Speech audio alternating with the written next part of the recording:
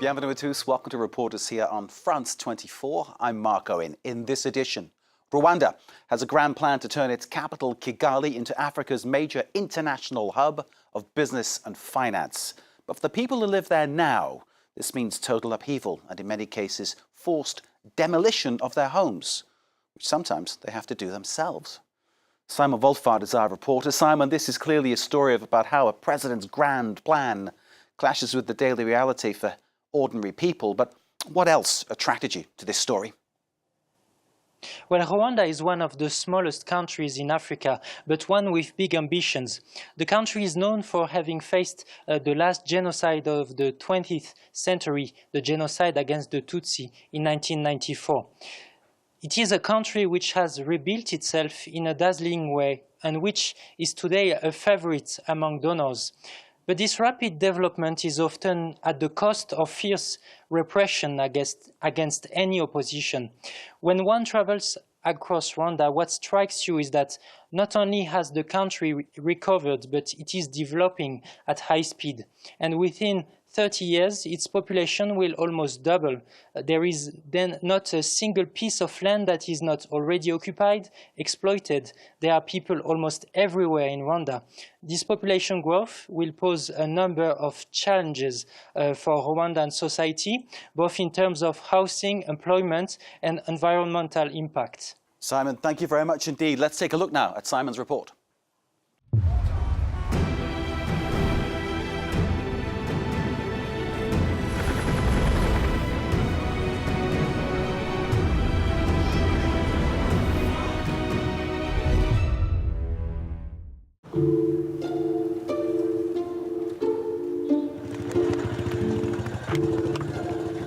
Francois has lived in this hillside neighborhood for nearly 4 decades. But 2 years ago, the authorities ordered him and his family to leave their home.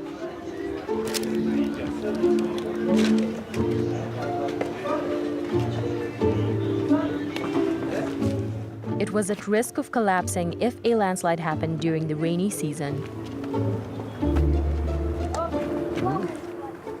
Our piece of land reached up to here, and here there was a house I had rented.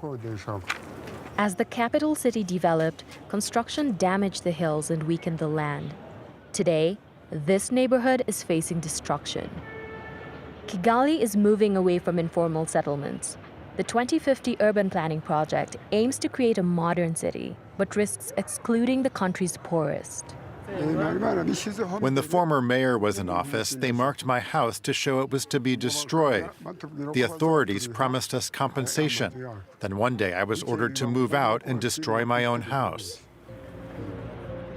His neighbors are still waiting to receive the final evacuation order. The government is planning for a growing number of inhabitants, with the city's population of 1.3 million expected to triple over the next 30 years.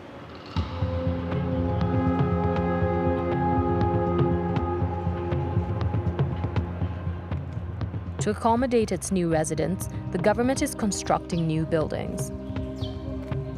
After his eviction, Francois was given an apartment in this brand new district. That day, the vice mayor came to check on relocated residents. I used to live in the district of Gasabo. Gasabo? In the area of KIGALIS, is it? We are happy that at least we've saved the lives of people. Having them shifted in a very comfortable place, we wish we could have enough money so that we can at least provide units to more families. Over the next 3 decades, the city will undergo major changes. It will need to accommodate 900,000 more homes. We are putting people that were accommodating more, living on more than tens of hectares, are now being put on less than 3.5 hectares. And as you can see, we are now building here. Kigali is expanding its boundaries thanks to these residences on the outskirts of the city. But those who live there say it's not always easy to find a job. What did you do before? As I am old, I was taking care of my goats. And here, what do you do? There is nowhere to farm or rear cattle. But here we're safer because the house does not flood when it rains. I also don't need to climb hills to get home. But we no longer have a source of income. Francois now lives in a 3-room apartment. He's happy with the quality of the build, but it's a tight fit for a family of 5. This is the living room. It serves as both the living and dining area because we can't fit more furniture in. This is my parents' room. It's only able to accommodate a bed and their clothes. And this room is for us children. I have seen the city develop over the years. Where we lived before, we didn't have access to electricity or roads like we do today. That's something positive. But now we lack certain basics. I don't have enough money to buy clothes for my children or even food. We're very unhappy. Agriculture is another area that authorities are looking to address. Roughly 75% of Rwandans rely on farming, and with growing demand, the country is under pressure to increase food production. Small plots of land are typically overexploited, weakening the land. Like in Kigali, when it rains in the countryside, the people in the most fragile homes worry that their houses may be swept away.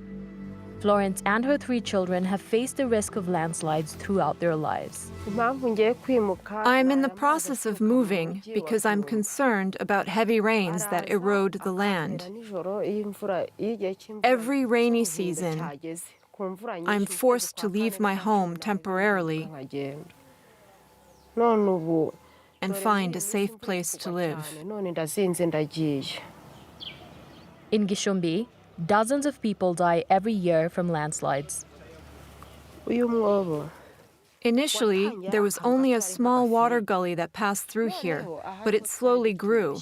I used to have a big home, but it got swept away by a landslide, leaving this big, gaping hole. We had to rebuild over here. To help farmers increase their harvest safely, the government has launched a major district restructuring plan, the Green Gishumbi Project. An officer from the Rwandan Environmental Fund is on site to assess the situation. This was actually identified as one of the most dangerous gully, which is causing the soil erosion and some disasters downstream. So as Green Gishumbi intervention, we are trying to rehabilitate and protect the embankment of the gully to reduce the damage to, the crops and other properties of the communities. Those at risk, like Florence, are hopeful that their lives will change. A few kilometers away, on top of a hill, the Green Gishumbi Project is building a model ecological village that's more resistant to the effects of climate change, where displaced people will be relocated. This is one of the houses that is being built here as part of Green Village. And this is a house for one family. The village is only just being built. It will eventually be able to accommodate 50 families. They would like to replicate this model throughout Rwanda. This is the village of the future. This is the village where we think that every district can actually adopt. It's green. We are planning to have water collection, rainwater harvesting, which is, of course, one of the Green Village pillar. More than 2 years since the work began across the district, Gishumbi is a big open-air construction site. To increase wood productivity and manage soil erosion, a group of women is planting thousands of eucalyptus trees. The project has transformed the entire landscape. On the hills, intensive agriculture is now done on terraces. Felix is visiting this farmer who's adopted the practice. When I used to work on sloping land, the seeds and plants were swept away by the rains, and everything ended up on the valley floor. The harvest was poor, but today, with these terraces, our yield has increased. The production, which is actually harvested after this intervention, is actually 3 times than before. So once we consolidate the land like this, and once we do terraces, so we advise communities, beneficiaries to go for one crop. With these solutions, food should no longer be a problem. But one last challenge remains: employment. Soon, there will not be enough land to provide work for everyone. So the government is banking on the services market, such as tourism. And it's paying off. Over the last 10 years, GDP per capita has increased by 5% per year. In the capital, dozens of hotels have opened their doors and are attracting more and more young workers. 2 years ago, Jean-Remy joined the VATEL management school.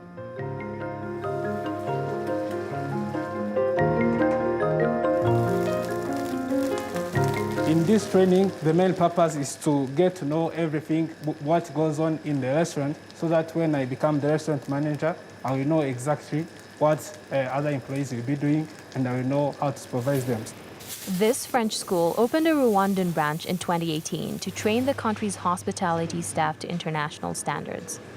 Its goal is to meet the needs of the city's most established restaurants and increase local recruitment. Hospitality industry in this country is coming up, it's growing up, it's booming. We need to put this hospitality industry on another level. After classes, there's no time to rest. He's headed to the Marriott for his internship.